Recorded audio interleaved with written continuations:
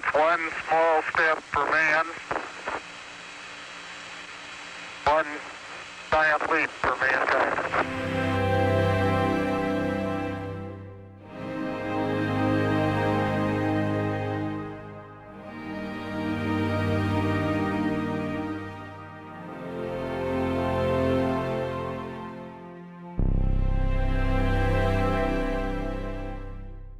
Apollo 11 was about exploration, about taking risks for great rewards in science and engineering, about setting an ambitious goal before the world. Here, men from the planet Earth first set foot upon the moon, July 1969 AD. Man in his quest for knowledge and progress is determined and cannot be deterred. The exploration of space will go ahead, whether we join in it or not. And it is one of the great adventures of all time. 10, 9, ignition sequence starts. 6, 5, 4, 3, 2, 1, 0. All engine running. Liftoff. We have a liftoff. 32 minutes past the hour. Liftoff on Apollo 11. Apollo, to me, was a response to a challenge. It has been termed by many as one of the most audacious endeavors in human history. Tranquility Base here. The Eagle has landed. Magnificent sight out here. Magnificent desolation. There is very, very fine powder, isn't it? Isn't it fine? Hey, Neil, didn't I say we might see some purple rocks? Find the purple rocks? Yep. Very small, sparkly fragments. Buzz is erecting the solar wind experiment now. Columbia, this is Houston, AOS, over. Houston, Columbia, Highgate, over. Roger, the EVA is progressing beautifully. They're setting up the flag now. I guess you're about the only person around that doesn't have TV coverage of the scene. That's all right, I don't mind a bit. Oh, geez, that's great. Is the lighting halfway decent? Yes, indeed. They've got the flag up now, and you can see the stars and stripes on the lunar surface. Up now, and you can see the stars and stripes on the lunar surface. Beautiful, just beautiful.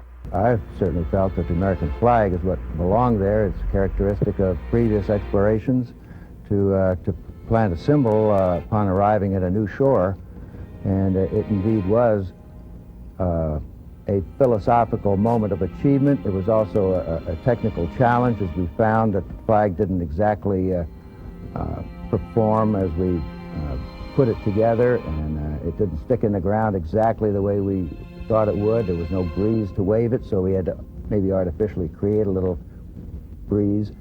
So it was a great mixture with, I think, a sense of pride, and it will be a remembering event, photographing individuals alongside the flag.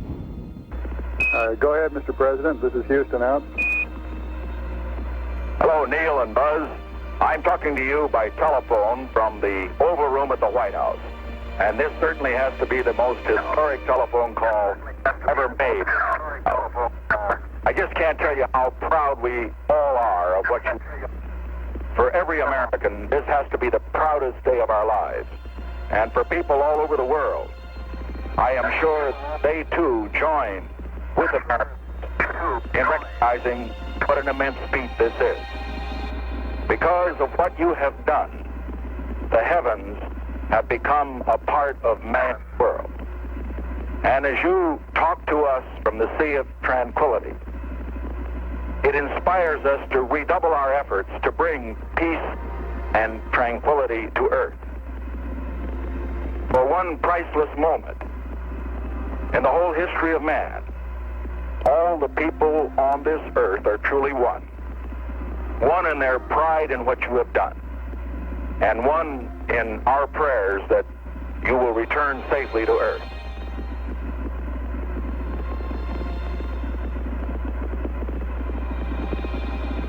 Thank you, Mr. President. It's a great honor and privilege for us to be here representing not only the United States, but men of of all nations, and with interest and a curiosity and with a vision for the future. Honor for us to be able to participate here today. You most notice that, though, at the time you leave Earth, when you're departing at a great rate. It's very clear that this is an unusual experience. There was a time when an ironic thought sort of filtered through my mind that here Neil and I were so far away from home, much further than people had ever been, and yet at that same time there were more thoughts, concerns back so far away on what it is that we were doing at that very moment. And I thought that was very unique in the history of mankind. It gave us a better perspective as to how to look back on our own planet and to make judgments as to its origin and perhaps some of the dangers that it might face in the future and how to go about analyzing that. It is possible to pick a goal, to work toward it, to work very hard toward it, and to be successful in it, even though that goal is very complicated and all-consuming, and that whatever young people choose to do with their lives, they can in some ways use Project Apollo as a model for how to organize themselves into pursuing their own goals and doing them well. But why, some say, the moon? Why choose this as our goal? Why climb the highest mountain? Why, 35 years ago, fly the Atlantic? We choose to go to the moon in this decade and do the other things, not because they are easy, but because they are hard. Because that goal will serve to organize and measure the best of our energies and skills. Because that challenge is one that we're willing to accept, one we are unwilling to postpone, and one we intend to win, and the others too. There's so many things that can go wrong on a trip to the moon and back. It's sort of a long and fragile daisy chain of events, and I can remember being in the mobile quarantine facility, the little house trailer aboard the aircraft carrier after we landed in the Pacific, and thinking, gee, none of them did. None of those little links broke. And to me, that was the amazing part, that everything worked in sum as well as it did.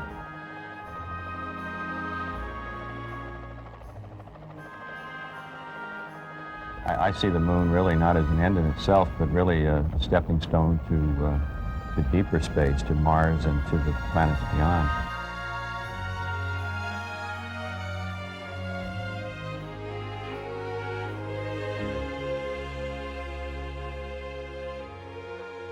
In the past 2 or 3 days here on board our spacecraft, we've come to the conclusion that this has been far more than 3 men on a voyage to the moon.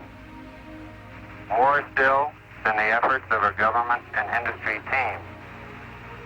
More even than the efforts of one nation. We feel that this stands as a symbol of the insatiable curiosity of all mankind to explore the unknown. It's one small step for man, one giant leap for mankind.